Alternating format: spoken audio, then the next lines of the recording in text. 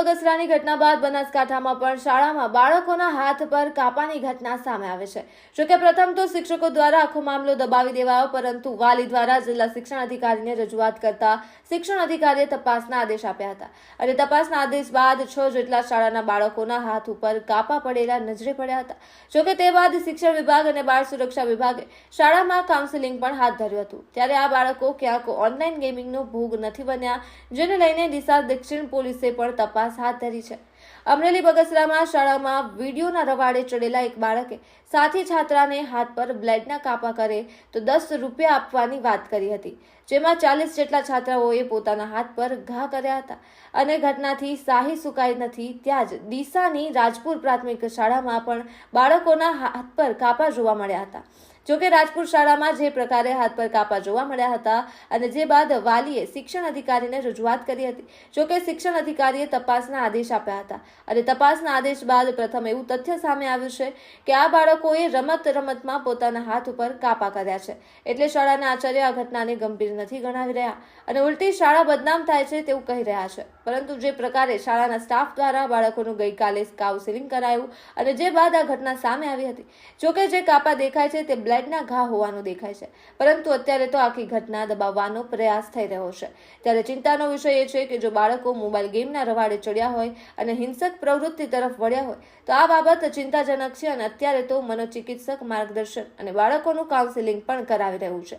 ડીસાની રાજપુર પ્રાથમિક શાળામાં વિદ્યાર્થીઓના હાથ પર કાપા મારવાનો આ મામલો સામે આવ્યો છે, જેને લઈ જિલ્લા શિક્ષણ અધિકારી વિનુભાઈ પટેલે તાત્કાલિક ધોરણે રાજપુર પ્રાથમિક શાળાની મુલાકાત લીધી હતી, જ્યાં શાળાના આચાર્ય, 3 ભાઈ અને શાળાના શિક્ષકો સાથે ચર્ચા વિચારણા કરી હતી।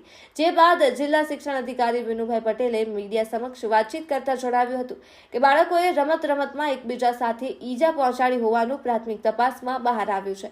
તો બીજી તરફ જિલ્લા શિક્ષણ અધિકારીએ પણ જણાવી રહ્યા છે કે આજના સમયમાં બાળકો સોશિયલ મીડિયાનો ભોગ બની રહ્યા છે। સોશિયલ મીડિયા જોઈ અને આવી ઘટનાઓ પણ બનતી હોય છે। આ તમામ ઘટનાના પગલે જિલ્લા શિક્ષણ અધિકારી દ્વારા બાળકો આવી ઘટનાનો ભોગ ન બને તે માટે રાજપુર પ્રાથમિક શાળામાં બાળ વિકાસ કચેરી દ્વારા અવેરનેસ કાર્યક્રમ પણ રાખવામાં આવ્યો હતો।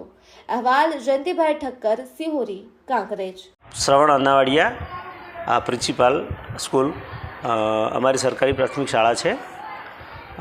કેટલાક દિવસ પહેલાં 1-2 બાળકોના હાથ ઉપર થોડુંક સામાન્ય એવું જોવામાં આવ્યું, સામાન્ય પેલા બ્લેડના કસરકા જેવું, એટલે અમે એને બહુ લાઇટલી લીધું કે ભાઈ વાતમાં કશું છે નહીં।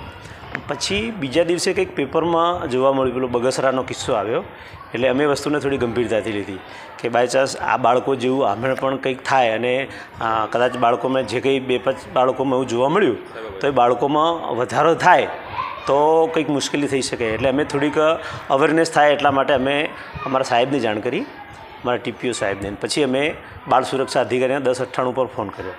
અમે એવું વિચાર્યું કે ભાઈ આ વસ્તુ આટલેથી જ અટકી જાય અને કોઈ વધારો ન થાય એટલા માટે અમે એમને માર્ગદર્શન માટે, અવેરનેસ માટે અને એનું કાઉન્સેલિંગ માટેને અમને ગઈકાલે એની એક મિટિંગ રાખી।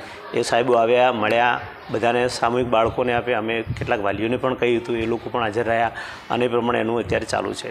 એ લોકો એવું સંશોધન કરે છે કે બાળકો ઉપર મનોવૈજ્ઞાનિક કોઈ અસર છે, કોઈના કંઈ કહેવાથી વાત છે। અમે જ્યારે બાળકોને પૂછ્યું ત્યારે બાળકો એવું કહે કે સાહેબ અમને એક બાળક મિત્ર તો એમ કહેતો હતો, ચેલેન્જ કરે કે ભાઈ તું આવું કરી શકે કે આ કેમ ના કરી શકું, અને એને ચેલેન્જ સ્વીકારીને આવું કર્યું। પછી જે સંશોધનમાં તો એ લોકો એવી પણ વાત જોઈ કે ભાઈ આ બાળકોના મગજ પર કોઈ એવી અસર થઈ હોય, કોઈ ઘેર વિડીયો ગેમ જોતા હોય, મોબાઈલ જોતા હોય તો એના માટે પણ મોબાઈલનો પણ તપાસ કરી, એના મા બાપના મોબાઈલો પણ મંગાવીને જોયા, પણ આવી કોઈ ગેમ હતી નહીં। એટલે હાલ સંશોધન ચાલુ છે એટલે બીજી વાત ના કહી શકીએ, પણ આ ટાઈપની અવેરનેસનો અમે અમારી શાળામાં કાર્યક્રમ કર્યો અને બાળકોને સારી વસ્તુ અમારા માટે એ છે કે જે પણ બાળકો હતા એનું જ છે, એમાં કંઈ વધારો ઘટાડો કંઈ જોવા નથી મળ્યો। કેટલા બાળકો છે? એ લગભગ 8-1 બાળકો ઉપર જોયા હતા અને કેટલાક છોકરાને એમાં જોયું ને તેમાં તો ઘણા સમય પહેલું થોડા ઘણું વાગેલું અને લીસોટા હતા, પણ પેલા છોકરાઓ એકબીજાને બતાવે ને એટલે ક્યાંક થોડા ઘણો લીસોટો થયેલો હોય અને તો ઘણો સમય થયો અને રૂજ પણ આવી ગયો। ઓકે સાહેબ, એવું થઈ શકે કે આમાં ઓનલાઈન જે ગેમ રમે છે ને એના કારણે કદાચ આ બાળકો ભોગ બને? હવે આ સંશોધનનો વિષય છે અને એના માટે એના જે અધિકારીશ્રીને અમે જે બોલાવેલા એમણે એના અનુસંધાને પણ ચર્ચા કરતા હતા। એ તો બધી રીતના પાસાઓને અભ્યાસ કરતા હતા કે બાળકો ઉપર કેવી રીતે અસર થઈ, કોઈના કહેવાથી થઈ છે, કોઈ એનું વાતાવરણ કામ કરે છે, એના કોઈ એવા મિત્રોની અસર છે કે વિડીયોની અસર છે। એટલે હજુ કોઈ ચોક્કસ તારણ ઉપર નથી આવી શક્યા, પણ અત્યારે એનું સંશોધન એમના લેવલે ચાલુ છે। જી।